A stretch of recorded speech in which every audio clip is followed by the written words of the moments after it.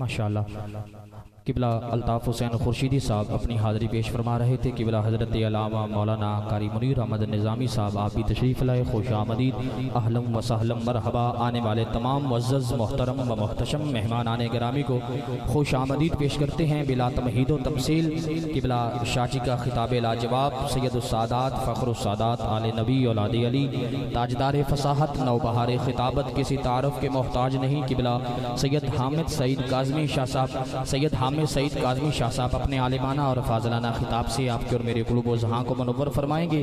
ایک نعرہ بلند کیجئے گا، سارے احباب بولیے گا، نعرہ تکبیر، ذرا محبت کے ساتھ، نعرہ رسالت، نعرہ خلافت، نعرہ حیدری، دونوں ہاتھ بلند کر کے تاجدار ختم نبوت، ہر بندہ تاجدار ختم نبوت، دو بار زندہ باد زندہ باد، تاجدار ختم نبوت، بھائی تاجدار ختم نبوت، جڑا نہیں بول رہا پھر موقع، تاجدار ختم نبوت، تاجدار ختم نبوت، جڑا محترم قبلہ سید حامد سعید کاظمی شاہ صاحب۔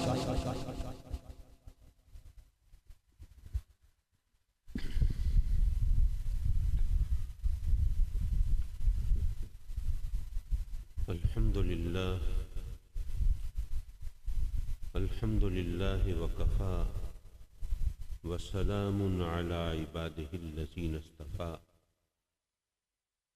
أما بعد فأعوذ بالله من الشيطان الرجيم، بسم الله الرحمن الرحيم، وما أرسلناك إلا رحمة للعالمين، صدق الله مولانا العلي العظيم، وصدق رسوله النبي الأمين، ونحن على ذلك لمن الشاهدين والشاكرين، والحمد لله رب العالمين۔ آج کی اس خوبصورت باوقار جاندار اور شاندار محفل کے بانی مکرم و محترم جناب حاجی ملک عبد المجید صاحب برائیں، اور میرے عزیز دوست محترم جناب حاجی اعجاز احمد صاحب، اور ابھی ماشاءاللہ آپ ان کی خوشگلوئی سے لطف اندوز ہو رہے تھے، محترم جناب مولانا الطاف احمد صاحب خورشیدی اور حضرت مولانا قاری لقمان صاحب سعیدی، اور اللہ کے فضل سے یہاں علماء کرام تشریف فرما ہیں، اور علاقے کی محترم معزز شخصیات جلوہ فگن ہیں۔ رب کائنات ہم سب کی حاضری کو مقبول و منظور فرمائے، اور اس محفل کے انوار و تجلیات سے اور فیوز و برکات سے ہم سب کو سرفراز فرمائے۔ مجھے بہت لمبی چوڑی گفتگو نہیں کرنی، ویسے بھی کہتے ہیں کہ زیادہ بولنا اور زیادہ کھانا یہ بچوں کا شیوا ہوتا ہے، تو میری عمر تک پہنچتے پہنچتے بندہ سمجھدار ہو جاتا ہے، اور تھوڑا زبان کو لگام دینا بھی سیکھ لیتا ہے، اور ذرا کھانے سے ہاتھ روکنے کی ضرورت اور اہمیت کو بھی سمجھ لیتا ہے۔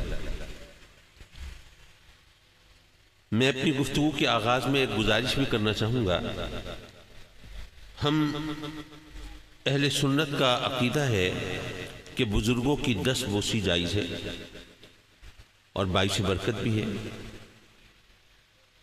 لیکن پہلی بات یہ ہے کہ بزرگوں کے ہاتھ چومنا یہ نہ کوئی فرض ہے، نہ واجب ہے، نہ سنت ہے، صرف مستحب ہے، اور مستحب اس کام کو کہتے ہیں جو کر لیا جائے تو اچھا ہے، بہتر ہے، اور اگر نہ کیا جائے تو اس میں کوئی برائی، کوئی گناہ نہیں ہے۔ اور دوسری بات یہ ہے کہ جن ہستیوں کے ہاتھ چومنا جائز ہے نا، وہ ہستیاں تو اب دکھائی نہیں دیتی، وہ تو اب اٹھتی جا رہی ہیں۔ تو بہرحال آپ اگر کچھ اور بزرگوں کے ہاتھ چوم کر اپنے اس ذوق کی تسکین کرنا چاہتے ہوں تو ضرور کریں، لیکن میرے حال پہ ہاتھ ذرا رحم فرمائے اور ہاتھ ہلکا رکھیں۔ جب کوئی میرے ہاتھ چومتا ہے تو یقین جانیے مجھے تکلیف ہوتی ہے اور مجھے اچھا نہیں لگتا بلکہ برا لگتا ہے۔ تو اس لیے میں نے کہا کہ میں پہلے بتا دوں، ایک بندے کے آج کل ماشاءاللہ مکھیاں بہت مستقل مزاج ہو گئی ہیں، اور ذرا کوئی صورت اگر ایسی ہو سکے کہ میں مکھیاں اڑانے کی بجائے تقریر کر سکوں تو زیادہ بہتر ہوگا۔ تو حضرات مکرم، میں یہ عرض کر رہا تھا کہ کوئی مصافحہ کر رہا ہو تو اس سے ہاتھ کھینچ لینا کیا اچھا لگتا ہے؟ اچھا تو نہیں لگتا۔ تو مجھے بھی اچھا نہیں لگے گا کہ اگر آپ میرے ہاتھ چومنے کی کوشش کریں میں ہاتھ کھینچوں، تو اس لیے آپ مہربانی کریں، آپ خود ہی احتیاط فرما لیں اور ہاتھ چومنے کی کوشش نہ فرمائیں، اور اس بارے میں ذرا ویسے بھی احتیاط کیا کریں۔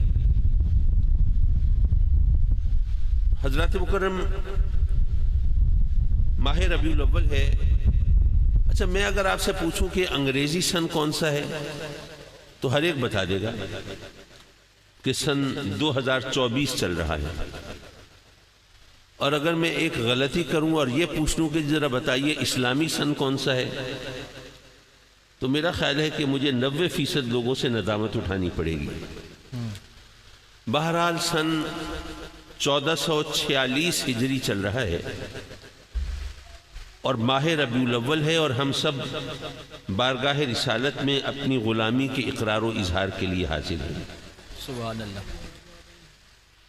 ویسے مجھے بہت حیرت ہوتی ہے، انسان چاند پر پہنچ چکا، مریخ پر بستیاں بسانے کا سوچ رہا ہے، سمندر کی تہ میں بھی آبادی کے منصوبے پروان چڑھائے جا رہے ہیں، کمپیوٹر ایج میں ہم زندہ ہیں،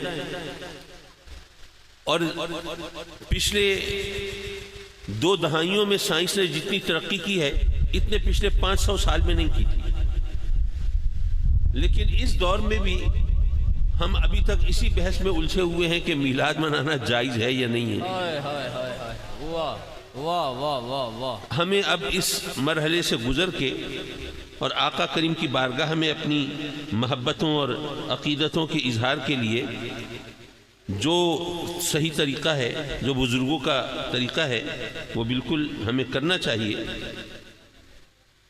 دوسری بات یہ ہے کہ اگر شادی بیاہ کے موقع پہ لوگ فائرنگ وغیرہ کرتے ہیں نا، حکومت منع بھی کرتی ہے لیکن لوگ باز نہیں آتے، پھر بعض اوقات فائرنگ سے کوئی جانی نقصان بھی ہو جاتا ہے، کوئی قیمتی جان ضائع بھی ہو جاتی ہے۔ تو اگر شادی بیاہ میں یہ فائرنگ وغیرہ سے کوئی لوگ بیچارے اس طرح جان سے ہاتھ دھو بیٹھتے ہوں تو کیا اس کا مطلب یہ ہے کہ ہمیں اعلان کر دینا چاہیے کہ جی شادی بیاہ نہیں ہونا چاہیے؟ یا اگر آپ مسجد میں جاتے ہیں اور مسجد میں کوئی ضرورت مند آپ کی جوتیاں اٹھا کے اپنی ضرورت پوری کر لے تو کیا یہ اعلان کرنا چاہیے کہ جی آئندہ مسجد میں نہیں آنا چاہیے، یہاں چوری ہوتی ہے؟ اللہ اکبر۔ تو حضرات مکرم، اگر میلاد مناتے ہوئے اگر کوئی شخص فرط عقیدت میں یا لا علمی میں کوئی الٹی سیدھی حرکت کرے تو اس کو الٹی سیدھی حرکت سے روکنا چاہیے، میلاد سے نہیں روکنا چاہیے۔ واہ واہ واہ واہ واہ واہ، بہت اعلیٰ، سبحان اللہ۔ میرے آقا کریم حضور علیہ الصلوۃ والسلام کی والدہ ماجدہ طیبہ طاہرہ سیدہ آمنہ رضی اللہ تعالی عنہا وہ میلاد کے حوالے سے فرماتی ہیں کہ خرج منی نور، مجھ سے تو بس نور ہی ظاہر ہوا، اور نور بھی کیسا؟ اضاءت لہ قصور الشام، ایسا نور کہ جس سے ملک شام کے محلات روشن ہو گئے اور میں نے ان کو دیکھ لیا۔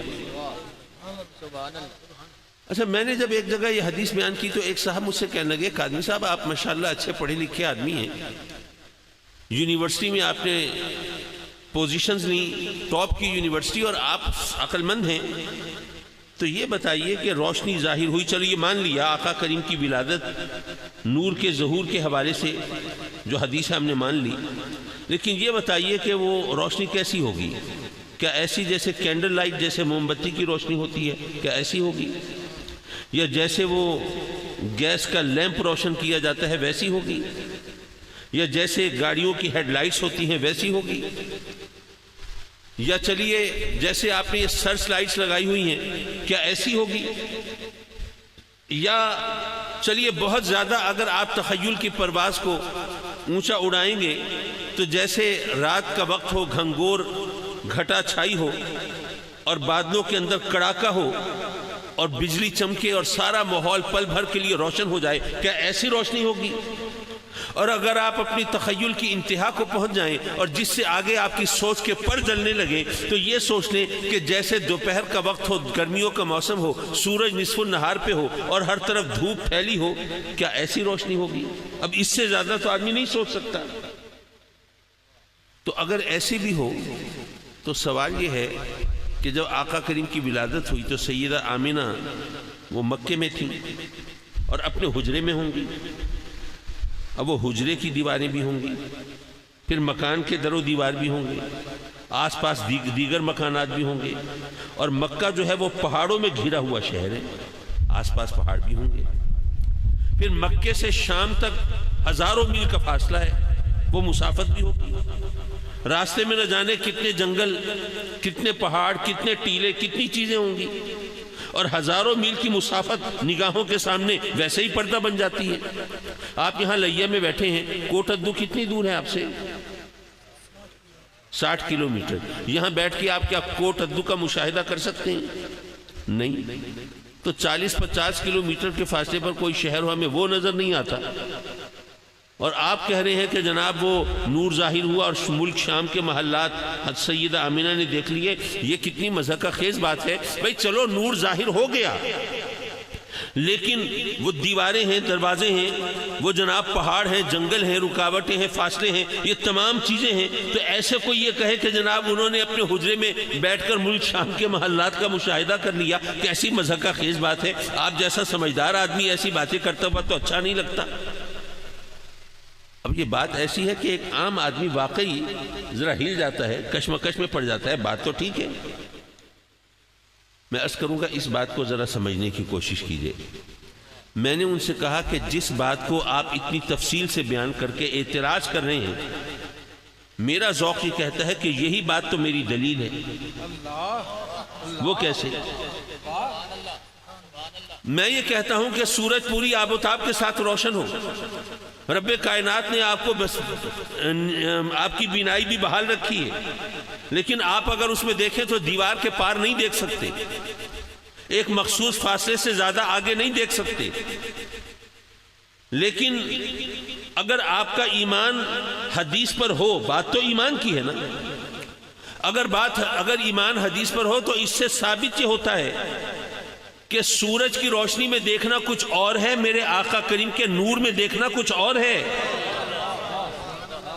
اس حدیث سے پتہ یہ چلتا ہے کہ اگر کوئی دیکھنے والا میرے آقا کریم کے نور میں دیکھے تو یہ در و دیوار، یہ پتھر، یہ پہاڑ، یہ درخت، یہ جنگل، یہ مسافتیں، یہ فاصلے، یہ ان کی اس کی نگاہ کے سامنے کوئی حقیقت اور کوئی حیثیت نہیں ہوتی، یہ حجاب ہٹ جاتے ہیں، رکاوٹیں دور ہو جاتی ہیں، اور اس کی نگاہ ان تمام چیزوں کے پار بھی دیکھ سکتی ہے، کیونکہ وہ آقا کریم کے نور میں دیکھ رہا ہے۔ اور بات یہاں ختم نہیں ہوتی، بات اس سے آگے جا رہی ہے۔ دیکھیے ہم گلوبل ولیج میں ہیں، ساری دنیا ایک بہت قریب آ گئی ہے۔ آپ میں سے بہت سے لوگ ہوں گے حج عمرے کی تو ہر ایک کو طلب خواہش ہوتی ہے، تو آپ میں سے اکثر لوگ جب حج عمرے کے لیے گئے ہوں گے تو جدے کی عمارتیں تو دیکھی ہوں گی، اور کچھ لوگ وہ بھی ہوں گے جو روزی رزق کے حوالے سے یا گھومنے پھرنے کے لیے دبئی جاتے ہیں، وہاں کی عمارتیں بھی دیکھی ہوں گی۔ کچھ لوگوں کو ذرا دیگر شہروں میں جانے کا موقع ملے، کسی نے کوئی لندن دیکھا ہو، یا امریکہ کا شہر نیو یارک دیکھا ہو، یا جاپان کا ٹوکیو دیکھا ہو، یا بے شمار شہر ہیں، فرانس کا پیرس دیکھا ہو، تو اب یہ تمام شہر اگر آپ نے دیکھے ہوں، مثلا آپ نے ٹوکیو دیکھا ہوا ہے، تو میں اگر آپ کو ٹوکیو کی کوئی تصویر دکھاؤں تو حالانکہ آپ نے ٹوکیو دیکھا ہوا ہے، لیکن کیا تصویر دیکھ کے پہچان لیں گے کہ ٹوکیو ہے؟ چلیے ان شہروں کی بات چھوڑ دیجئے، آپ نے ملتان بھی دیکھا ہے، کراچی بھی، لاہور بھی اور فیصل آباد بھی، یہ شہر دیکھے ہوئے ہیں۔ کوئی ایسی عمارت نہیں جو اس شہر کی پہچان ہو۔ عام عمارتیں، اگر میں آپ کو لاہور کی کسی بازار کی تصویر دکھاؤں تو دیکھ کے پہچان جائیں گے یہ لاہور ہے، اور کراچی کی کسی شاہراہ کا منظر دکھاؤں پہچان جائیں گے یہ کراچی ہے؟ نہیں۔ تو جو شہر آپ کے دیکھے بھالے ہیں وہاں پر بھی اس کی بھی پہچان آپ کو نہیں ہوتی اس طرح۔ تو حضرات مکرم سیدہ آمنہ نے میرے آقا کریم کے نور میں شام کے محلات تو دیکھ لیے کہ اللہ نے ان کی آنکھوں سے پردے ہٹا دیے، حجاب اٹھا دیے، رکاوٹیں دور کر دی اور ان کی نگاہ وہاں تک پہنچ گئی، لیکن سوال یہ ہے کہ پہچانا کیسے کہ یہ شام کے محلات ہیں؟ کیا وہاں پر قصور الشام کا بورڈ لگا ہوا تھا؟ اور مزے کی بات یہ ہے کہ آپ اگر روایات دیکھیے، احادیث دیکھیے، تاریخ دیکھیے تو سیدہ آمنہ نے کبھی شام کا سفر کیا ہی نہیں، کبھی وہاں نہیں گئیں کہ کوئی اس محل کی کوئی نشانی ان کے ذہن میں رہی ہو اور انہوں نے پہچان لیا ہو، کبھی شام کا سفر ہی نہیں کیا۔ تو حضرات مکرم پتہ یہ چلا کہ آقا کریم کے نور میں دیکھنے والا اگر کوئی دیکھے تو یہ پتھر، پہاڑ، یہ درخت، یہ جنگل اور یہ تمام رکاوٹیں تو اس کی آنکھوں کے سامنے پردہ نہیں بنتی، بلکہ جس چیز کو وہ دیکھے اس کی حقیقتیں بھی اس پر منکشف ہو جاتی ہے، صرف بصارت نہیں بڑھتی، بصیرت بھی بڑھ جاتی ہے۔ کیا کہنے، واہ واہ واہ واہ، سبحان اللہ سبحان اللہ۔ رب کائنات نے اپنے بندوں کی ہدایت کے لیے سلسلہ نبوت و رسالت جاری فرمایا۔ اچھا وہ اگر چاہتا تو ہر ایک کو ڈائریکٹ ہدایت بھی دے سکتا تھا، کیا اس کے لیے کوئی مشکل تھی؟ کوئی فنڈز کی فراہمی کا مسئلہ تھا، یا کوئی مین پاور کی کمی تھی، یا کوئی ایڈمنسٹریٹو سینکشن، کوئی انتظامی، کوئی منظوری مجبوری کا کوئی معاملہ درپیش تھا؟ کچھ بھی نہیں، وہ قادر مطلق جو چاہے سو کرے۔ تو جب اس کے لیے کوئی مسئلہ نہیں تھا، کوئی مشکل نہیں تھی، تو ایک عام آدمی یہ سوچے گا کہ اگر رب کائنات اگر براہ راست ہدایت دے دیتا تو کتنا اچھا ہوتا۔ نہ یہ مناظرے ہوتے، نہ مباہلے ہوتے، نہ ایک دوسرے کے گریبانوں میں ہاتھ ہوتے، نہ فتویٰ بازی ہوتی، نہ جھگڑے ہوتے، نہ خونریزی ہوتی، نہ دہشت گردی ہوتی، نہ خودکش حملے ہوتے، سب سیدھے سچے راستے پہ ہوتے، کتنے آرام سے گزر جاتی۔ لیکن میں عرض کروں گا کہ یہ سطحی سوچ ہے، اگر آپ غور کریں تو اس نتیجے پر پہنچیں گے کہ یہ بھی اللہ کا کرم ہے کہ اس نے ہم سب کو ڈائریکٹ ہدایت نہیں دی۔ وہ کیسے؟ دیکھیے اگر ہم سب کو اللہ کی طرف سے براہ راست احکام مل رہے ہوں، ڈائریکٹ ہدایت مل رہی ہو، تو جس کو اللہ کی طرف سے براہ راست پیغام ملے، ہدایت ملے، وہ تو نبی ہوتا ہے نا۔ اب ہمیں کسی اور سے پوچھنے کی ضرورت نہیں، خود اپنے اندر جھانکیے، اپنے آپ سے سوال کیجئے کہ ہمیں اللہ کی طرف سے ڈائریکٹ ہدایت ملتی اور کوئی ایسا حکم ملتا جو ہماری مرضی کے خلاف ہوتا، جس میں ہمیں نقصان نظر آ رہا ہوتا، جس میں خیال آتا کہ بھئی یہ چیز اس طرح سے ہے تو یہ تو ہمارے پیسے ڈوب جائیں گے، یہ تو ہمارا بڑا نقصان ہو جائے گا، تو کیا ہم سب کیا ان احکام کو اسی طرح مان لیتے؟ بے شک کچھ لوگ ایسے ہوتے جو مان لیتے، لیکن اکثر وہی ہوتے جو بہانہ سازی کرتے، جو چور دروازے تلاش کرتے، جو اپنے لیے کوئی راستہ ڈھونڈنے کی فکر کرتے۔ ابھی تو ہمیں اللہ کے احکام ملتے ہیں اللہ کے نبیوں سے، تو ہم اگر کہیں کوئی کوتاہی کر لیں، کوئی غلطی کر لیں، گناہ کر بیٹھیں، اگر حکم عدولی کر لیں تو چلیے اللہ ہمیں توفیق دے، ہم توبہ کریں، آنسو بہائیں، رب کی بارگاہ میں فریاد کریں اور وہ رب کائنات معاف کر دے۔ لیکن اگر ہم خود مقام نبوت پر ہوں اور پھر رب کی نافرمانی کریں جان بوجھ کر اپنے مفاد کے لیے، پھر معافی ملتی نہیں۔ تو اللہ کا کرم ہے نا، اس نے ہمیں ڈائریکٹ ہدایت نہیں دی، ورنہ اللہ اکبر یا رسول اللہ۔ اور میں عرض کروں گا کہ ایک بات اور بھی ہے، دیکھیے اللہ کے نبی آتے ہیں، شریعت لاتے ہیں، احکام لاتے ہیں، اور ہم اس پر عمل کرتے ہیں اور ہم مطالبہ کرتے ہیں اسلامی نظام نافذ کیا جائے، جناب نظام مصطفیٰ رائج کیا جائے، تاکہ کوئی شخص کبھی ہمارے عقائد پر ڈاکہ ڈالنے کی کوشش نہ کرے، کبھی ختم نبوت کے خلاف کوئی حرکت اور سازش کرنے کی جسارت نہ کرے۔ بھئی ابھی تو ہمیں احکام ملتے ہیں، شریعت ملتی ہے نبیوں کے ذریعے، لیکن اگر ہر ایک کو ڈائریکٹ ہدایت مل رہی ہوتی تو کیا آپ اپنے ملک کے لیے کوئی ایک نظام قائم کر سکتے؟ کوئی بھی شخص کہہ دیتا جناب آپ کہتے ہیں یہ حکم ہے، میرے پاس تو ہو وہی اور طرح آئی ہے، پھر آپ کیا کرتے؟ تو یہ تمام چیزیں بتا رہی ہیں کہ اس کا فضل ہے کہ اس نے ہمیں ڈائریکٹ ہدایت نہیں دی۔ حضرات مکرم، اب مسئلہ یہ ہے کہ فاران کی چوٹیوں سے صدا آ رہی ہے کہ میں اللہ کا نبی، اور ادھر قادیان کے جنگلوں میں بھی کوئی بول رہا ہے میں بھی نبی۔ اب کیسے پتہ چلے کون سچا ہے کون جھوٹا ہے؟ ایک عام آدمی کے پاس کیا پیمانہ ہے؟ کیسے ناپے؟ کیا جبریل آ کے بتائیں گے؟ کیا لوگوں کو وحی ہوگی کہ یہ جو نبی ہے یہ سچا ہے، اس کے نام کا کلمہ پڑھو، ان کے پیچھے چلو، یہ جھوٹا ہے اس پہ لعنت بھیجو؟ حضرات مکرم، ہمارے علماء نے اور ہمارے دین نے ہمارے لیے اصول مقرر کیا اور بتایا کہ یاد رکھو جو سچا نبی ہے وہ معجزہ دکھائے گا، جھوٹا نبی کبھی معجزہ نہیں دکھا سکتا۔ معجزہ نبی کی پہچان ہے۔ معجزہ کیا ہے؟ نبی کی پہچان۔ اچھا، یہ ہماری زبان کا لفظ ہے، ہم بول چال میں استعمال بھی کرتے ہیں، ہمیں پتہ ہے اس کا مفہوم کیا ہے۔ میں کوئی شرعی اصطلاحات کی طرف جا کے کوئی ذرا گنجلک الفاظ ڈھونڈ کے لاؤں تو آپ بھی کنفیوز ہو جائیں گے یہ معجزہ کسے کہتے ہیں۔ بڑی سیدھی سی بات ہے کہ ایسا کام جو کہ سمجھ نہ آئے کہ یہ ہو کیسے گیا، عقل عاجز آ جائے، فہم و فراست گھٹنے ٹیک دے، ہماری دانش اور سوچنے سمجھنے کی صلاحیت ہار مان لے کہ یار یہ کام تو نہیں ہو سکتا، یہ کیسے ہو گیا۔ جو چیز عقل کو عاجز کر دے وہ معجزہ ہوتی ہے۔ نبی کے ہاتھ سے صادر ہو تو معجزہ ہے، ولی کے ہاتھ سے ظاہر ہو تو کرامت ہو۔ کیا کہنے معجزہ نبی کی پہچان ہے۔ ہر نبی کو اللہ نے معجزے دے کر بھیجا۔ سیدنا موسیٰ علیہ السلام نے پتھر پر عصا مبارک مارا، پانی کے چشمے ابل پڑے۔ سیدنا سلیمان علیہ السلام کا تخت وہ جناب کسی ایرونوٹیکل قانون کے خلاف وہ جناب چل رہا ہے، ہوا کے دوش پر محو سفر ہے۔ سیدنا عیسیٰ علیہ السلام نے تو ماشاءاللہ مردوں کو زندہ کر کے دکھایا۔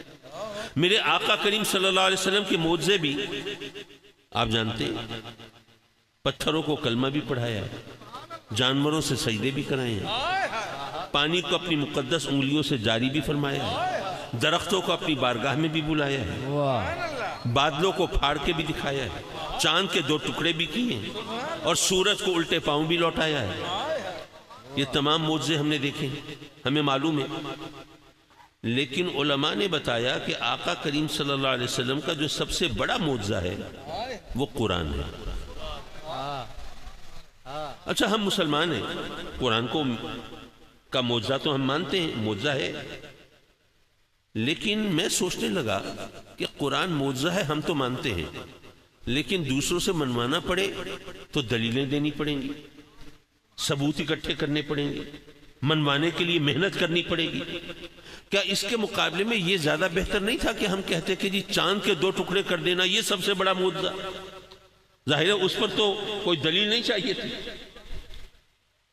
اگر باقی معجزوں کو اگر آقا کریم کا سب سے بڑا معجزہ قرار دیا جاتا تو یہ کہیں بہتر ہوتا، لیکن ہم نے کہا کہ نہیں، قرآن سب سے بڑا معجزہ ہے۔ آخر اس میں حکمت کیا ہے، اس کو سمجھنے کی ضرورت ہے۔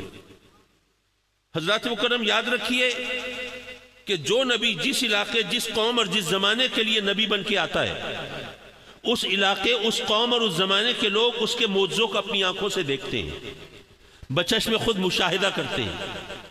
جن کے نصیب میں ایمان ہوتا ہے کلمہ پڑھ لیتے ہیں، جن کے دلوں پہ مہر لگی ہوتی ہے وہ اسی طرح راندے درگاہ رہتے ہیں۔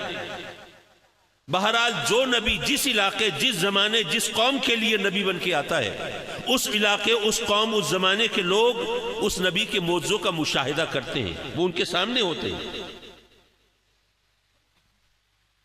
میرا سوال یہ ہے کہ حضرت عیسیٰ علیہ السلام نے جن مردوں کو زندہ کیا تھا ان میں سے کسی کا کوئی عطا پتہ آپ کے موبائل میں محفوظ ہے؟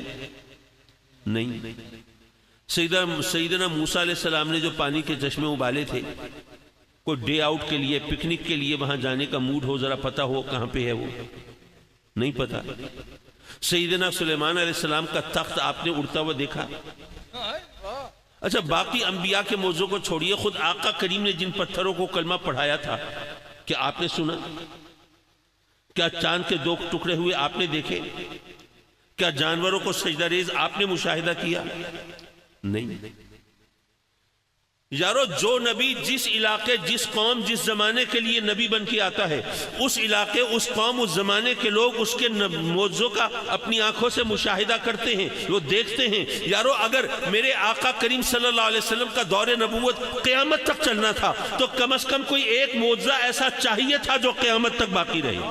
آہا، نعرہ تکبیر، نعرہ رسالت، عظمت شان مصطفیٰ، عظمت مقام مصطفیٰ، عظمت مقام مصطفیٰ، سیدی مرشدی۔ کم از کم کوئی ایک معجزہ ایسا چاہیے تھا جو قیامت تک باقی رہے اور آپ کی نبوت کے تسلسل پر دلالت کرتا رہے۔ پتہ یہ چلا کہ قرآن کا معجزہ ہونا دراصل ختم نبوت کی دلیل ہے۔ اور یہ بات دوسری طرح بھی سمجھ سکتے ہیں آپ۔ ہم کسی کافر کو دعوت دیں کہ بھئی ہمارے نبی کے نام کا کلمہ پڑھ لو، مسلمان ہو جاؤ، وہ کہے کہ ٹھیک ہے میں کلمہ پڑھ لیتا ہوں، لیکن آپ کے اپنے دین کا اصول ہے کہ نبی کی پہچان ہوتی ہے معجزے سے، تو اپنے نبی کا کوئی معجزہ دکھائیں گے تو ہم ایمان لائیں گے نا، تو ہم قرآن اس کو دکھا دیتے ہیں، سبحان اللہ۔ اور پھر ہم اس قرآن کی موجزانہ شان کو ثابت بھی کر دیتے ہیں۔ اب اگر میں اس طرف گیا تو میری تقریر کا موضوع جو میلاد سے متعلق ہے وہ وہیں دھرا کا دھرا رہ جائے گا، اس لیے میں اپنے موضوع کی طرف آتا ہوں۔ رب کائنات نے اپنے بندوں کی ہدایت کے لیے انبیاء کو بھیجا۔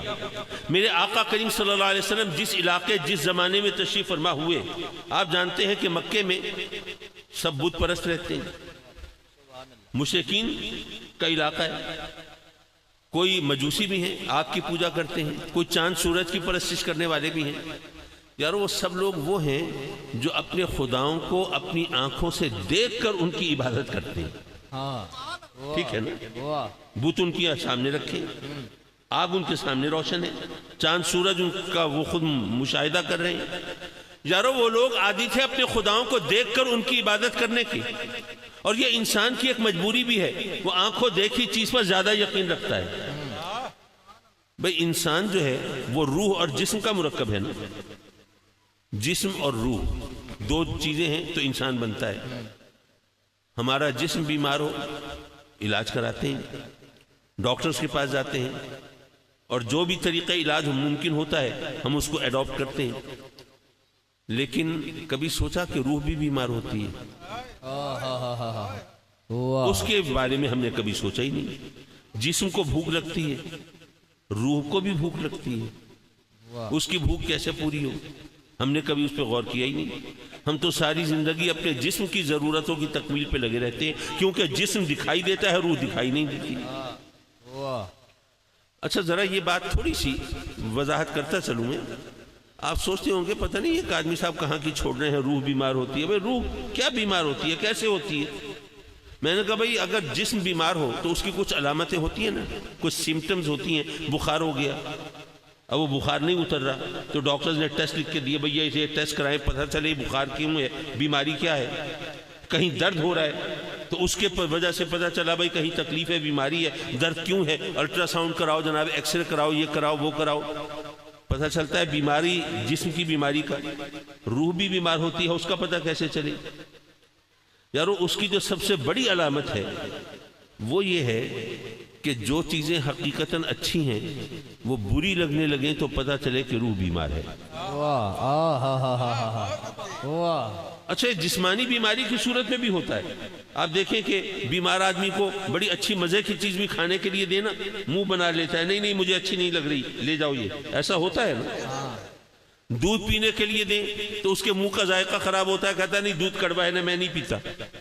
اس کا ظہور بیماری جسمانی بیماری کی صورت میں بھی ہوتا ہے، لیکن روحانی بیماری کی تو ایک خاص علامت ہے کہ جو چیز اچھی ہو وہ بری لگے، جو بری ہو وہ اچھی لگے، تو سمجھ جاؤ کہ روح بیمار ہے۔ سچ اچھا ہے برا لگنے لگے، جھوٹ برا ہے اچھا لگنے لگے، اگر سخاوت اچھی ہے بری لگنے لگے، کنجوسی بری ہے وہ اچھی لگنے لگے، تو یہ دھوکہ برا ہے یہ اچھا لگنے لگے، اور انصاف اچھا ہے وہ برا لگنے لگے، تو یہ چیزیں روح کی بیماری پر دلالت کرتی ہیں۔ واہ واہ، بہت خوب بہت خوب۔ جب جسم بیمار ہوتا ہے ہم ڈاکٹرز کے، حکیموں کے، طبیبوں کے پاس جاتے ہیں، اور جب روح بیمار ہو تو ظاہر ہے کسی روحانی معالج کے پاس جانا ہوگا، اور روحانی معالج کائنات میں میرے آقا کریم صلی اللہ علیہ وسلم سے بڑھ کر کون سا ہو سکتا ہے؟ واہ واہ، بات کہیں سے چلی کہیں جا نکل گئی۔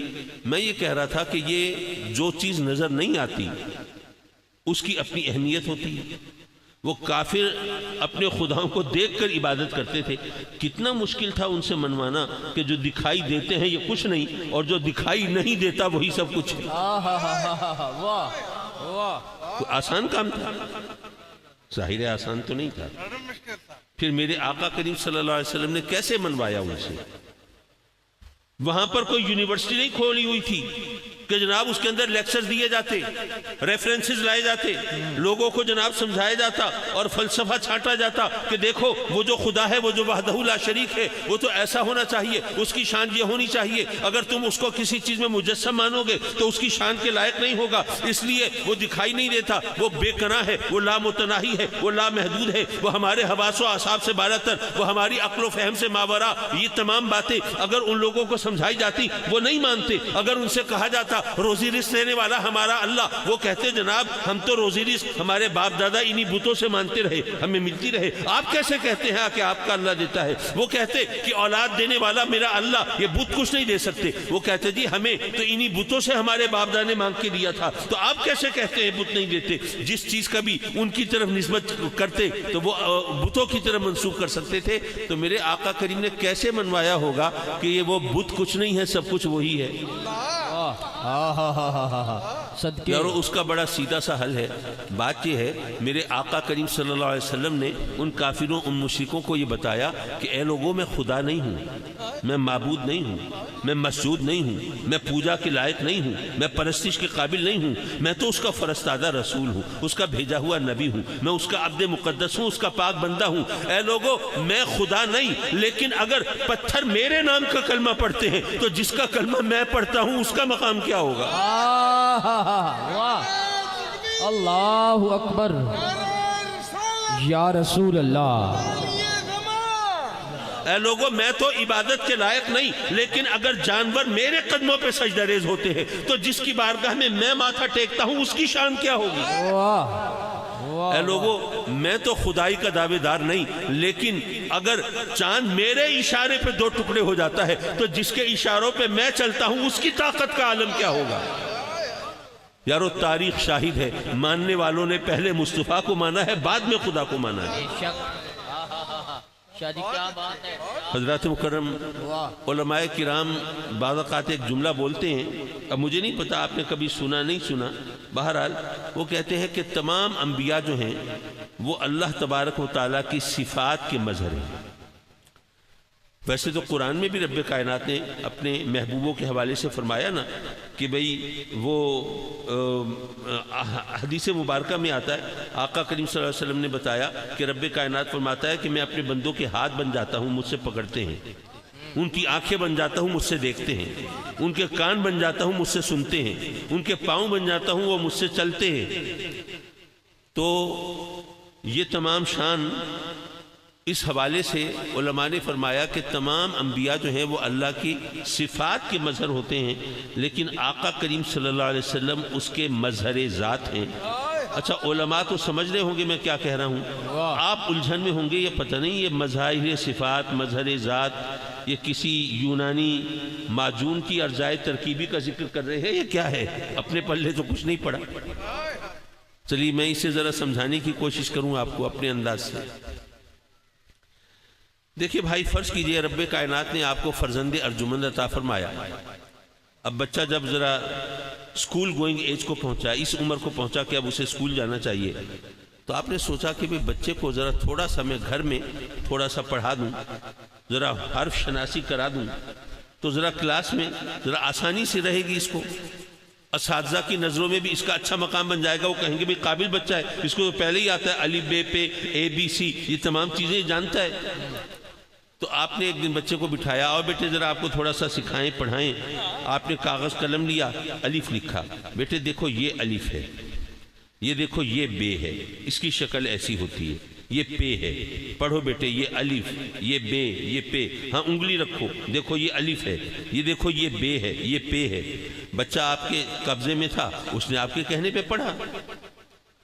اگلے دن آپ نے بچے سے کہا کہ ہاں بیٹے کل کا سبق ذرا سناؤ، اب وہ کاغذ جو کل آپ نے لکھا تھا وہ سامنے رکھا، تو بچہ کورا، اس کو کچھ یاد نہیں۔ آپ نے کہا چلے کوئی بات نہیں، بچہ ہے سیکھ جائے گا، اور آپ نے سوچا کہ ذرا بچے کو سمجھانے کے لیے ذرا حروف کی صفات کا سہارا لیا جائے تو آسان ہوگا۔ تو آپ نے کہا دیکھو بیٹے یہ جو سیدھا ہے نا، یہ جو ورٹیکل ہے، جو عمود ہے، یہ الف ہے، یہ جو لیٹی ہوئی ہے جس کے نیچے ایک نقطہ ہے، یہ بے ہے، اور یہ جو پے ہے یہ اس کی شکل دیکھو بے سے کتنی ملتی ہے، لیکن فرق ہے کہ اس کے نیچے 3 نقطے ہیں، 3 ڈراپس ہیں۔ تو اس طرح آپ نے بچے کو حروف کی صفات کے ذریعے ان کی شناخت کرانے کی کوشش کی۔ ہاں بیٹے یہ الف، یہ بے، یہ پے 10-20 مرتبہ دہرایا۔ اگلے دن پھر بچے سے وہ سبق سنا تو پتہ چلا کہ بچہ پھر کورے کا کورا، اسے کچھ یاد نہیں۔ اب آپ تھوڑے ڈس اپوائنٹ ہوئے، ذرا مایوس ہوئے، اب کیا کریں، یہ بچہ پتہ نہیں پڑھ سکے گا نہیں، کہیں کن ذہن تو نہیں، غبی تو نہیں۔ اسی پریشانی میں تھے تو آپ کا ایک دوست آیا، پوچھا کہ بھئی پریشان کیوں ہو؟ آپ نے اس کو بتایا کہ بھئی اس طرح میں بچے کو پڑھاتا ہوں لیکن وہ بھول جاتا ہے، اس کو یاد ہی نہیں رہتا، تو اب پتہ نہیں یہ پڑھ لکھ سکے گا یا نہیں۔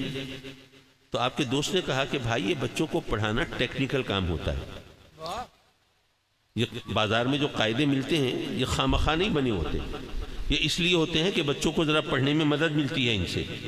تو آپ ایسا کرو، بازار سے ذرا قاعدہ خرید کے لاؤ، اس کی مدد سے پڑھاؤ تو بچہ پڑھ جائے گا۔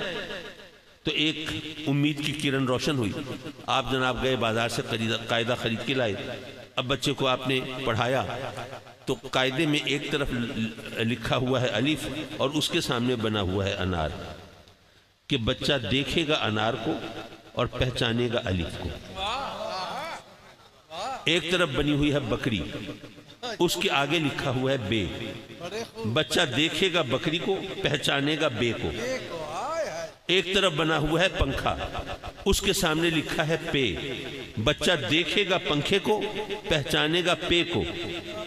بلا تشبیہ و بلا تمثیل عرض کروں گا کہ رب کائنات نے اپنے بندوں کی ہدایت کے لیے، درس توحید دینے کے لیے انبیاء کرام علیہ السلام کو دنیا میں بھیجا۔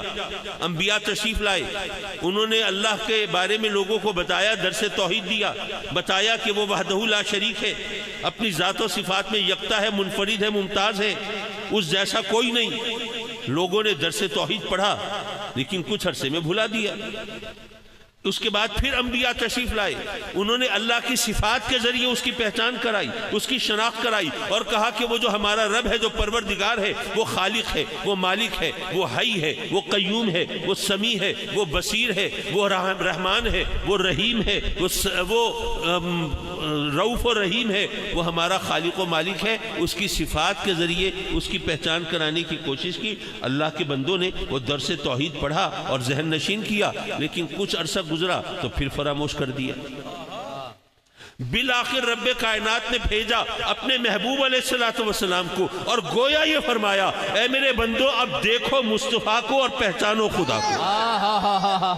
واہ، نعرہ تکبیر، نعرہ رسالت، نعرہ خلافت، نعرہ عظمت شان مصطفیٰ، عظمت مقام مصطفیٰ۔ واہ واہ واہ۔ حضرات مکرم دیکھیے، سمجھانے کے لیے لوگ ہیں سوال تو کرتے ہیں، جو دین کے حوالے سے سوال و جواب ہوں تو اس میں بہت زیادہ احتیاط برتنی چاہیے۔ سوال کرتے ہوئے بھی، جواب دیتے ہوئے بھی، اور سمجھتے سمجھاتے ہوئے بھی۔ اچھا مجھے ایک قصہ یاد آیا، اس سے ذرا بات شاید میں آسانی سے سمجھا سکوں۔ ایسا ہوا ایک سکول کے اندر کلاس مثلا تیسری جماعت لگی ہوئی ہے، تو سکول ٹیچر آتی ہے اور وہ ذرا بچوں کو ٹیسٹ کرنا چاہتی ہے کہ کس لیول پہ ہیں۔ تو اس نے کہا کہ پہلے بہت ہی انیشیل سٹیج سے، ابتدائی مراحل سے بات شروع کرنی چاہیے۔ تیسری جماعت کے بچے تو اچھے بھلے سمجھدار ہوتے ہیں، بہرحال اس نے ایک بچی کو بلایا جو لگ رہی ہے کہ ماشاءاللہ اچھی ذہین ہے، سمجھدار ہے۔ اس سے کہا بیٹے، وہ ٹیچر بھی ذرا انتظام کر کے اپنے ساتھ کچھ چیزیں لے کے گئی تھی، فروٹ کی ٹوکری وغیرہ ہے۔ بچی کو بلایا، بیٹے ذرا ہاتھ آگے بڑھاؤ۔ اس نے ہاتھ بڑھایا، اس کے ہاتھ پہ 2 کیلے رکھے، پھر دوسرا ہاتھ بڑھانے کو کہا، 2 کیلے دوسرے ہاتھ پہ بھی رکھے۔ اس سے کہا کہ ہاں بیٹے اب ذرا کاؤنٹ کرو، ذرا گنو کتنے کیلے ہیں آپ کے پاس، how many bananas you have. بچی نے دیکھا، گنا، کہتی ہے کہ میرے پاس 5 کیلے ہیں۔ ٹیچر کو الجھن ہوئی، یہ سوال تو ایسا ہے جو پہلی جماعت کا بچہ بھی کر لیتا ہے، یہ تیسری جماعت کی بچی اچھی بھلی سمجھدار، یہ کیا بیوقوفی ہے۔ وہ کہتی ہے بیٹے آپ جلدی نہ کرو، ذرا غور کرو، پوری طرح تسلی سے کاؤنٹ کر کے پھر بتاؤ مجھے۔ بچی نے پھر تھوڑا توقف کیا، ٹھہری، گنا، پھر کہتی ہے کہ 5۔ اب ٹیچر کو الجھن تو ہوئی، اس نے کہا نہیں ذرا مجھے تھوڑا سا سوال کا انداز بدلوں، دیکھوں کہ اس کا کانسیپٹ کلیئر ہے یا نہیں ہے۔ اس نے کہا اچھا چلو یہ کیلے رکھ دو یہاں میز پہ۔ اس نے وہ رکھ دیے۔ اب اس کے پھر ہاتھ مانگے، ایک ہاتھ پہ 2 سیب رکھے، دوسرے ہاتھ پہ بھی 2 سیب رکھے۔ ہاں بیٹے بتاؤ کتنے سیب ہیں آپ کے پاس؟ اس نے دیکھا، گنے، کہتی ہے 4 سیب ہیں۔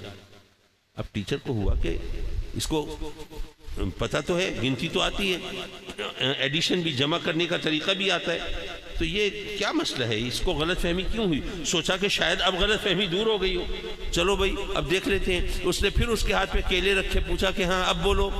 اس نے کہا 5۔ اب ٹیچر کو الجھن بھی ہوئی، غصہ بھی آیا، تو اس نے اس سے کہا کہ بیٹے ابھی میں نے سیب رکھے تھے اس طرح، تو آپ نے کہا وہ 4 سیب ہیں، اب کیلے رکھے تو آپ کہہ رہی ہیں میرے پاس 5 کیلے ہیں، یہ کیا بات بنی؟ تو کہتی ہے کہ میڈم بات یہ ہے کہ میں جب صبح آ رہی تھی تو میری موم نے میرے لنچ باکس میں 1 کیلا رکھا میرے لنچ کے لیے، تو آپ مجھ سے پوچھ رہی ہیں کہ تمہارے پاس کتنے کیلے ہیں، تو 4 کیلے آپ نے دیے ہیں، 1 میرے لنچ باکس میں ہے، تو میرے پاس 5 کیلے ہوئے نا۔ اب ذرا سوچئے کہ اگر وہ ٹیچر یہ صبر و تحمل کا مظاہرہ کیے بغیر غصے میں آ کے، اشتعال میں آ کے اس بچی کو سزا دیتی اور بعد میں پتہ چلتا، تو اس ٹیچر کو بھی افسوس ہوتا اور بچی کو بھی دکھ ہوتا۔ تو اس لیے یہ سوال و جواب، یہ بھی ایک سائنس ہوتی ہے، یہ ایک ٹیکنیکس ہوتی ہیں، ان کو بھی، اور خاص طور پر دین سے تعلق رکھنے والوں کو تو ذرا زیادہ تحمل اور صبر کا تحمل کا مظاہرہ کرنا چاہیے۔ اب میں جو آیہ کریمہ تلاوت کی ہے اس کے پس منظر میں چند باتیں، کچھ سوال کچھ جواب وہ عرض کر کے پھر میں آپ سے رخصت چاہوں۔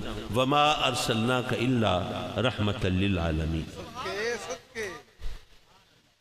حضرات مکرم، یہ جو انداز ہے اس آیت کا، یہ وہی ہے جو کلمے کا ہے۔ حضور خواجہ غلام فرید رضی اللہ تعالیٰ عنہ کی شاعری سے جس کو تھوڑا بہت بھی مس ہو، وہ نفی اسبات کی ترکیب سے اتنا بے خبر تو نہیں ہو سکتا۔ یہ حضور خواجہ صاحب کا احسان ہے کہ انہوں نے اپنی شاعری کے ذریعے ہمارے عقیدے کی حفاظت فرمائی۔ نفی اسبات کیا ہے؟ نفی لا الہ، کوئی معبود نہیں، اس کے بعد اسبات ہے الا اللہ، اللہ کے سوا، یہ کلمہ ہے۔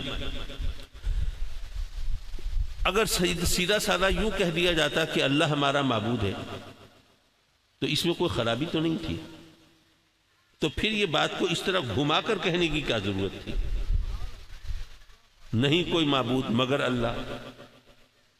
جو علماء ہیں، جو عربی زبان کی نزاکتوں سے واقف ہیں، وہ کہتے ہیں کہ جو نفی اسبات کا جو انداز ہے، اس سے حصر قائم ہوتا ہے، ما سوى المذکور کی نفی ہوتی ہے۔ مجھ جیسا بندہ سوچتا رہ جاتا ہے پتہ نہیں کیا ہوتا ہے، تو چلیے آپ کو سمجھاؤں کیا ہوتا ہے۔ اگر یوں کہا جائے کہ اللہ ہمارا معبود، تو بات تو صحیح ہے، لیکن اس میں کوئی شخص چور دروازے ڈھونڈ سکتا ہے، کہتا ہے جی ہم مانتے ہیں اللہ ہمارا معبود ہے، ہم نے کب انکار کیا کہ اللہ ہمارا معبود نہیں؟ بے شک ہے اللہ ہمارا معبود ہے، ہاں اور بھی ہے، اللہ بھی ہے، لیکن جب کہا کہ کوئی معبود نہیں الا اللہ، اللہ کے سوا، اب باقی ہر معبود کی نفی ہو گئی، بس صرف اور صرف الوہیت ثابت ہوئی تو اللہ کے لیے کہ اللہ کے سوا اب کوئی اور معبود نہیں، اب کوئی چور دروازے نہیں ڈھونڈے جا سکتے، اب کوئی اس کے اندر کوئی اپنی مرضی کا کوئی مفہوم تلاش کرنے کی کوشش نہیں کر سکتا۔ اور جب کلمے کا ذکر ہوا ہے، چلیے یہاں پر ذوق کی بات ہے وہ بھی اور کرتا چلوں، لا الہ الا اللہ، اللہ کے سوا کوئی معبود نہیں۔ دیکھیے آپ نے یہ دعویٰ کیا تو کوئی آپ سے اگر کافر پوچھ لے کہ جی آپ جو یہ دعویٰ کر رہے ہیں تو کیا خیال ہے یہاں لیا میں اللہ کے سوا کوئی اور معبود نہیں، شاید تخت لاہور میں کوئی اور معبود ہو۔ چلیے اس کی بات چھوڑیے، پاکستان کی بات چھوڑیے، امریکہ نے ساری دنیا کو نس ڈال کے رکھی ہوئی ہے، شاید وہاں پر کوئی زیادہ پاورفل، زیادہ سٹرونگ، زیادہ طاقتور، زیادہ پرہیبت خدا ہو۔ ہم کہتے ہیں نہیں، پوری کائنات میں، تمام جہانوں میں۔ اچھا بھئی اس دنیا میں نہیں ہے کوئی خود، شاید چاند پر، سورج پر، ستاروں، سیاروں پر کوئی اور معبود ہو۔ ہم کہتے ہیں نہیں، بس وہی ہے تمام کائنات میں وحدہ لا شریک۔ اگر وہ کافر کہے کہ بھائی یہ آپ کے دعوے کی حیثیت کیا ہے، آپ نے کیا باقی دنیا میں جا کے دیکھا ہے کہ کوئی خدا ہے یا نہیں ہے؟ بھئی آپ سوچئے کہ اگر یہاں لیا کے کسی دور افتادہ پسماندہ علاقے میں، کسی دیہات میں کوئی شخص رہتا ہو جس نے کبھی اپنی یونین کونسل کی جیورسڈکشن سے باہر قدم نکال کے نہیں دیکھا، اتفاق سے اس کے دوست اس کو لے چلیں سیر سپاٹے کے لیے لاہور گیا، مینار پاکستان دیکھا تو آنکھیں پھٹ گئی، اتنا اونچا مینار۔ اب واپس آ کے ایک ایک کو پکڑ پکڑ کے پوچھتا ہے تم نے دیکھا ہے مینار پاکستان؟ اتنا اونچا مینار تو دنیا میں کوئی ہو ہی نہیں سکتا۔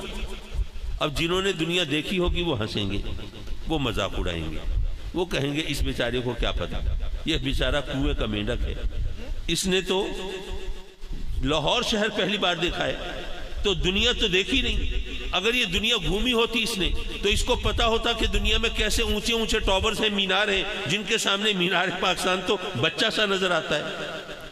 یارو اگر کسی دور افتادہ پسماندہ دیہاتی علاقے کا رہنے والا اتفاق سے لاہور پہنچے اور مینار پاکستان کو دیکھ کر حیران ششدر رہ جائے اور کہے کہ دنیا کا سب سے اونچا مینار، اس کو تو ہم کہیں اس کا تجربہ محدود، مشاہدہ محدود، اس نے دنیا دیکھی نہیں، اس کو کیا پتا دنیا میں کیسے اونچے اونچے مینار ہیں، یہ بیچارہ تو کنویں کا مینڈک ہے۔ اور خود جہاں بیٹھ کے لیا میں کہے اس ساری کائنات پہ کوئی اور خدا نہیں، تو کوئی ہم سے نہیں کہہ سکتا میاں تم بھی تو کنویں کے مینڈک ہو، تم نے کون سا ساری کائنات کو دیکھا ہے؟ کیا ستاروں پہ کمندیں ڈالی ہیں؟ کیا چاند سورج پہ قدم رکھا ہے؟ کیا اور کہکشاؤں کا سفر کیا ہے؟ کیا آسمانوں پر جا کر دیکھا ہے؟ کیا اس کائنات کی وسعتوں کو کھنگالا ہے؟ یہاں لیا میں بیٹھ کے کہتے ہو اس کائنات میں کوئی اور خدا نہیں، تمہارے اس دعوے کی حیثیت کیا ہے؟ تمہارے اس ایمان کا وزن کیا ہے؟ تو رب کائنات نے فرمایا قل هو اللہ احد، اے محبوب تو ان سے کہہ دے کہ وہ اللہ ایک ہے۔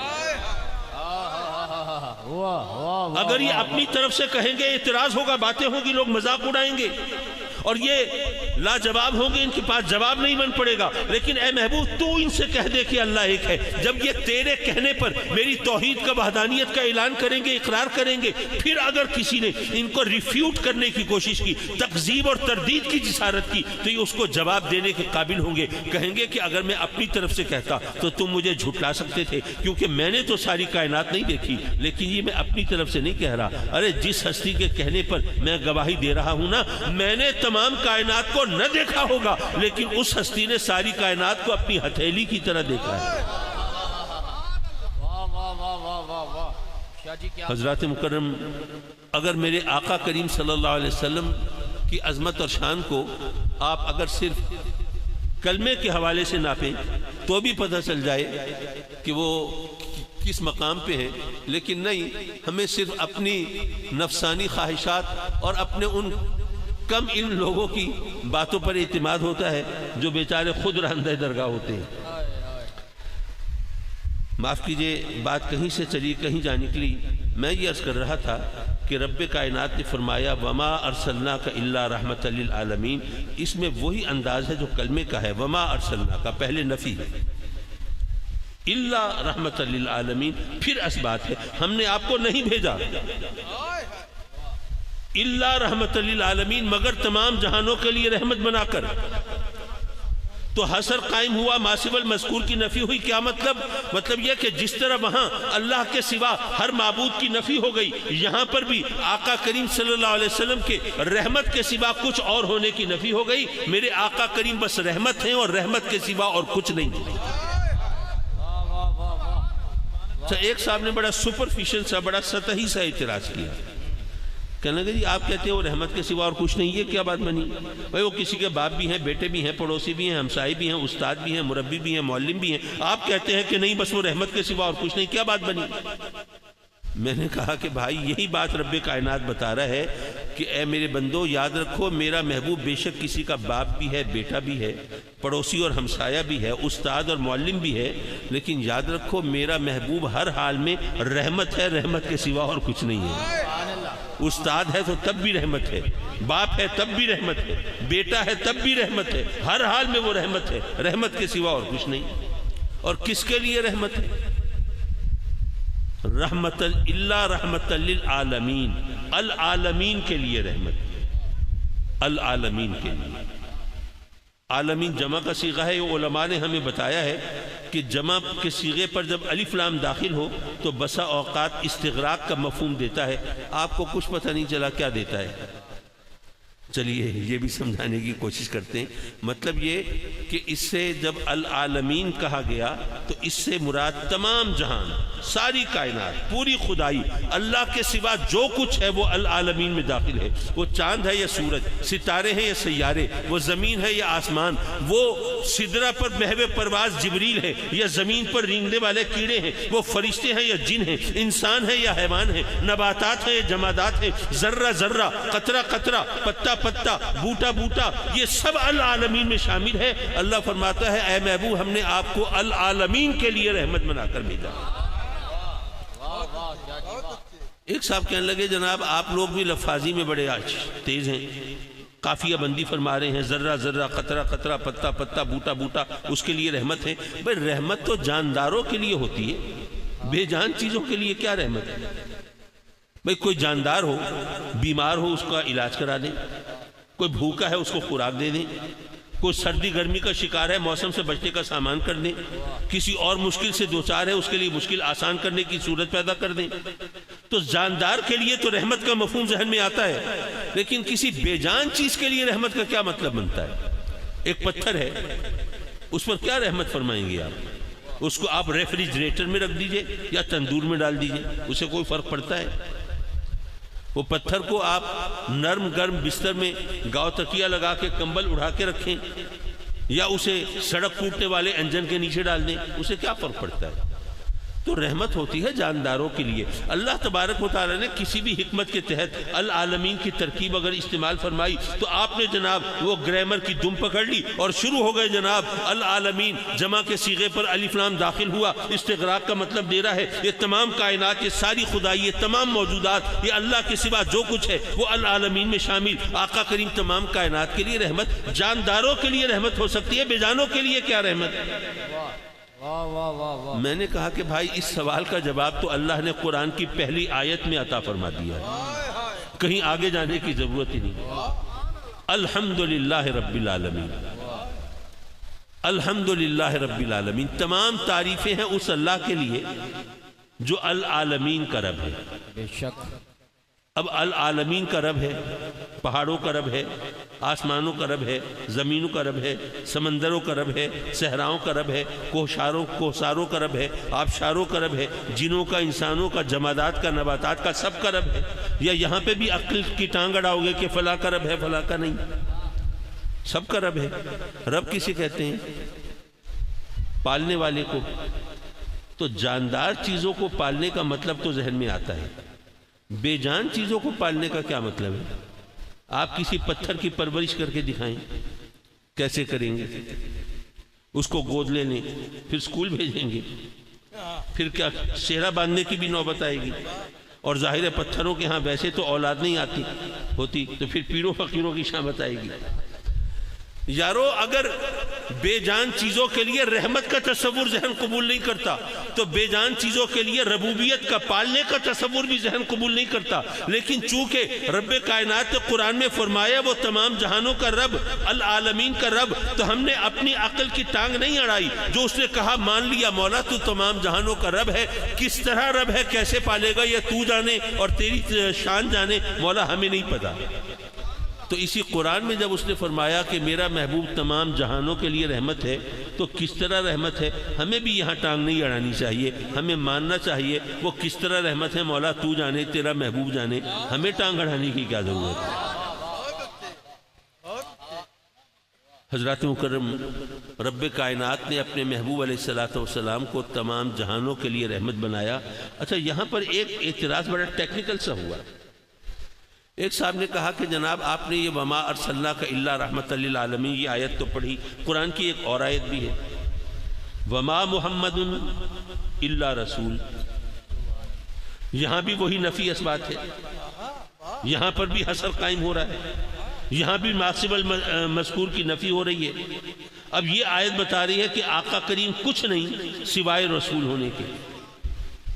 اب ایک آیت کہتی ہے کہ میرے آقا کریم رحمت کے سوا اور کچھ نہیں، دوسری آیت کہتی ہے وہ رسول کے سوا اور کچھ نہیں. اب بتائیے کس آیت کو ترجیح دینی ہے؟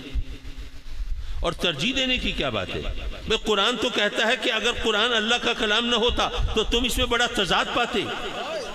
ایک آیت دوسری آیت کے خلاف ہوتی، کیونکہ انسان ہے نا، وہ ایک بات کہہ کے بھول جاتا ہے، پھر کوئی اور بات کہہ دیتا ہے، پھر بعد میں کوئی یاد دلاتے ہیں. وہ آپ کے سوشل میڈیا پر بھی بیانات آتے ہیں، فلاں سیاستدان نے پولیٹیکل لیڈر نے وہ جناب پہلے یہ بیان دیا تھا اب یہ بیان دے رہا ہے، پہلے یہ کہا تھا اب یہ کہہ رہا ہے، اپوزیشن میں تھا تو یہ کہہ رہا تھا، اب جناب رولنگ پارٹی میں ہے تو یہ کہہ رہا ہے. تو دیکھیے یہ ایک دوسرے کے خلاف بیانات ہیں، لوگ مذاق اڑاتے ہیں. تو اللہ فرماتا ہے اگر قرآن اللہ کا کلام نہ ہوتا تو تم اس میں بھی بڑا ٹکراؤ پاتے، کنٹراڈکشن ہوتی، تصادم ہوتا. لیکن چونکہ اللہ کا کلام ہے یہ ایک دوسرے کے خلاف نہیں ہو سکتا، ایک آیت دوسرے کے خلاف نہیں ہو سکتی. تو اب ایک آیت کہتی ہے آقا کریم رحمت کے سوا اور کچھ نہیں، اور دوسری آیت کہتی ہے وہ رسول کے سوا اور کچھ نہیں. اب بتائیے تصادم تو ہو گیا، اور معاذ اللہ پھر تو قرآن کی صداقت داؤ پہ لگ گئی. تو اللہ نے مجھے توفیق دی، میں نے جواب پیش کیا. میں نے کہا کہ بھائی اس سوال کا جواب جو ہے وہ تو اسی آیت کے اندر موجود ہے، باہر جانے کی ضرورت ہی نہیں. وما ارسلناک الا رحمت للعالمین، ہم نے آپ کو نہیں بھیجا مگر العالمین کے لیے رحمت بنا کر. یہ نفی اسبات کی وجہ سے یہ ترجمہ اس انداز سے ہوا. اگر اس کو ایک سمپل سٹیٹمنٹ کی صورت میں، ایک سیدھے سادے بیان کی صورت میں آپ کے سامنے رکھوں تو یہی کہوں گا نا کہ اللہ نے فرمایا کہ اے محبوب ہم نے آپ کو تمام جہانوں کے لیے رحمت بنا کر بھیجا. میں پھر دہراتا ہوں، اے محبوب ہم نے آپ کو العالمین کے لیے تمام جہانوں کے لیے رحمت بنا کر بھیجا. تو یارو جس کو بھیجا جائے اسی کو رسول کہتے ہیں نا. تو یہاں رسالت کی نفی کہاں ہے؟ نفی نہیں ہے، وضاحت ہے. اللہ فرماتا ہے اے محبوب صرف رسول نہیں بلکہ رسول رحمت بنا کر بھیجا. حضرات مکرم، کوئی 50 منٹ ہو گئے ہیں مجھے بولتے ہوئے، یا اس سے شاید 2-3 منٹ اوپر ہوئے ہیں. لیکن میں اس بات کو اگر شاید 2-4 منٹ اوپر ہو جائیں گھنٹے سے تو کوئی بات نہیں، آپ حوصلے سے بیٹھے ہوئے ہیں.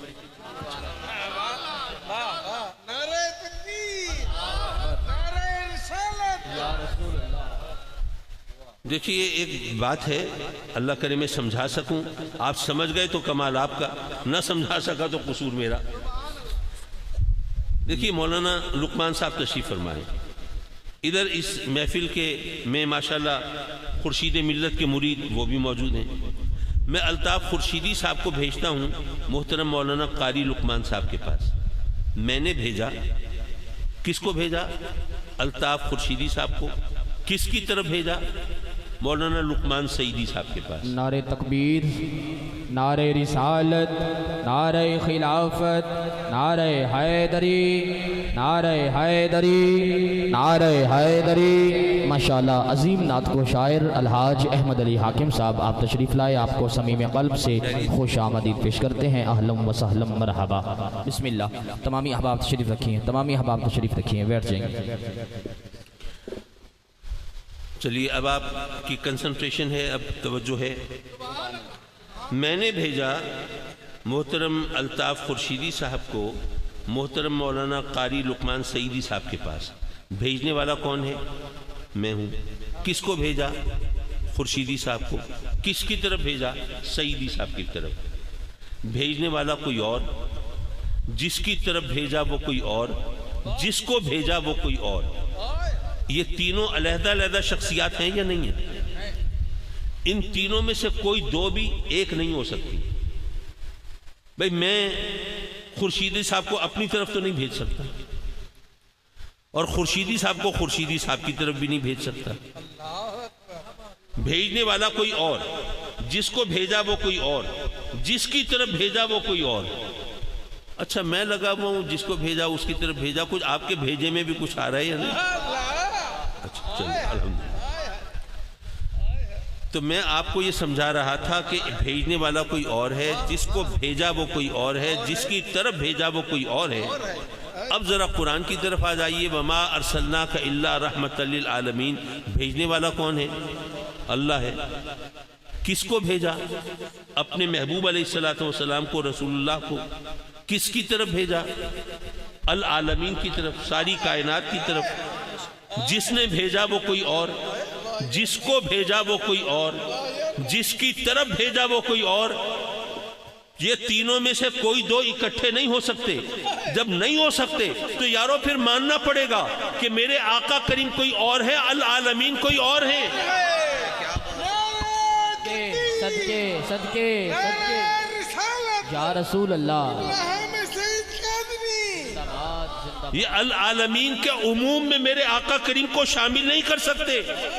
وہ اس لیے کہ جس نے بھیجا وہ کوئی اور، جس کی طرف بھیجا وہ کوئی اور، جس کو بھیجا وہ کوئی اور. تو العالمین کوئی اور میرے آقا کریم العالمین سے ماورا، وہ اس سے بالاتر، وہ اس سے علیحدہ، وہ اس کے عموم میں شامل نہ کرو. لیکن آپ کہیں گے جناب ابھی تو آپ نے وہ قافیہ بندی شروع کی ہوئی تھی. جناب یہ العالمین میں اللہ کے سوا جو کچھ ہے سب شامل ہے. وہ جناب یہ سورج، چاند اور ستارے، سیارے اور زمین، آسمان اور صحرا اور سمندر اور سب اس میں شامل ہے. اور اب آپ کہہ رہے ہیں کہ نہیں، چونکہ اللہ نے آقا کریم صلی اللہ علیہ وسلم کو بھیجا العالمین کی طرف، اس لیے آقا کریم العالمین کے عموم میں شامل نہیں. اب آپ تھوڑی دیر بعد کہیں گے کہ باقی نبیوں کو بھی تو اللہ نے بھیجا، پھر وہ بھی شامل نہیں. میں عرض کروں گا نہیں، باقی انبیاء کو اللہ نے بھیجا لیکن العالمین کی طرف نہیں بھیجا. اپنی اپنی قوم کی طرف بھیجا، اپنے اپنے علاقے کے لوگوں کی طرف بھیجا. العالمین کی طرف میرے آقا کریم کو بھیجا ہے. تو پتہ یہ چلا کہ باقی انبیاء کو اس عموم میں شامل نہیں کیا جا سکتا. یارو یہ بات بہت مشکل ہے، ہضم کرنا ذرا دشوار ہے، حلق سے نیچے آسانی سے نہیں اترے گی. ذرا اس کو ایک اور انداز سے سمجھ لیجئے. بھئی یہ بتاؤ، یہ تمام کائنات اللہ کی رحمت کی محتاج ہے یا نہیں ہے؟ کوئی ہے جو اللہ کی رحمت سے بے نیاز ہو؟ سب اللہ کی رحمت کے محتاج. اور میرے آقا کریم مجسم رحمت ہیں کہ نہیں ہیں؟ کوئی شخص ایسا ہے جو کلمہ پڑھتا ہو اور آقا کریم کے مجسم رحمت ہونے کا منکر ہو؟ کسی بھی فرقے کے لوگ نہیں کہیں گے کہ ہم مجسم رحمت نہیں مانتے. ظاہر قرآن ہے، ماننا پڑتا ہے. میرے آقا کریم مجسم رحمت ہیں اور تمام کائنات اللہ کی رحمت کے محتاج ہیں. تو یارو ذرا سوچو کہ جو مجسم رحمت ہے، اگر اس کو تم محتاجوں کی صفوں میں کھڑا کر دو گے، محتاجوں جیسا سمجھ لو گے، محتاجوں میں شمار کرو گے، تو یارو پھر کنفیوژن تو ہوگا، ذہن منتشر تو ہوگا، مناظرے اور مباہلے بھی ہوں گے، اختلاف اور جھگڑے بھی ہوں گے. یارو کیوں نہیں سمجھتے جو مجسم رحمت ہے وہ کوئی اور ہے، جو محتاج ہے وہ کوئی اور ہے.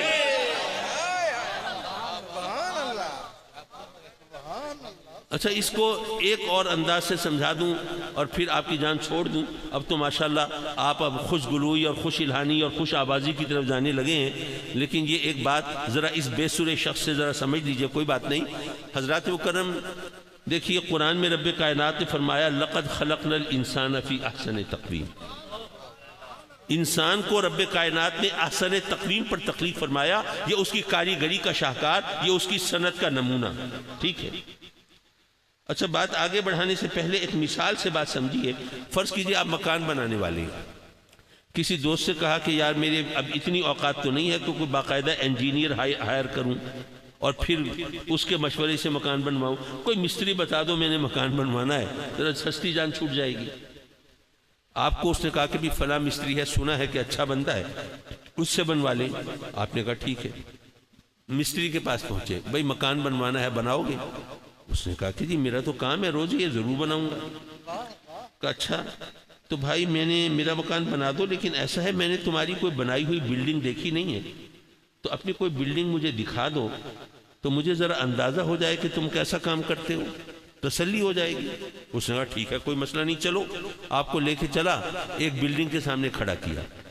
دیکھیے یہ عمارت دیکھ رہے ہیں آپ, یہ میری کاریگری کا شاہکار ہے, میرے فن کا نمونہ ہے, میں نے اپنی ساری مہارت اس میں صرف کر دی ہے. دیکھیے کیا خوبصورت مکان ہے, اس کی چھتیں ذرا ٹپکتی ہیں لیکن ہے بہت شاندار. اس کا ذرا پلستر بھی جھڑ رہا ہے لیکن کیا بات ہے اس مکان کی, ذرا بنیادیں بھی ہل گئی ہیں لیکن ہے بہت مضبوط. یہ تمام بات آپ کو لطیفہ لگے گی یا نہیں؟ ٹھیک ہے نا, ہنسنے ہنسانے والی بات ہوئی, لطیفہ کی بات ہوئی. لیکن یارو قرآن تو لطیفے نہیں سناتا, قرآن تو مذاق نہیں کرتا. جب لطیفے نہیں سناتا تو مولا ذرا یہ تو بتا, ایک طرف تو فرماتا ہے کہ انسان کو احسن تقویم میں تخلیق کیا, تیری کاریگری کا شاہکار, تیری صنعت کا نمونہ, اور پھر اسی قرآن میں فرمایا کہ ان الانسان لفی خسر, انسان تو خسارے کا سودا کرنے والا. وَإِنَّهُ لِحُبِّ الْخَيْرِ لَشَدِيدٌ, وہ تو مال کی محبت میں بڑا پکا. وہ انسان کے لیے جو اللہ نے الفاظ استعمال فرمائے, کفورا وہ اپنے رب کا ناشکرا ہے, قطورا وہ بڑا کم حوصلہ ہے, بے ہمت ہے, عجولا وہ بڑا جلد باز ہے, بے حوصلہ ہے.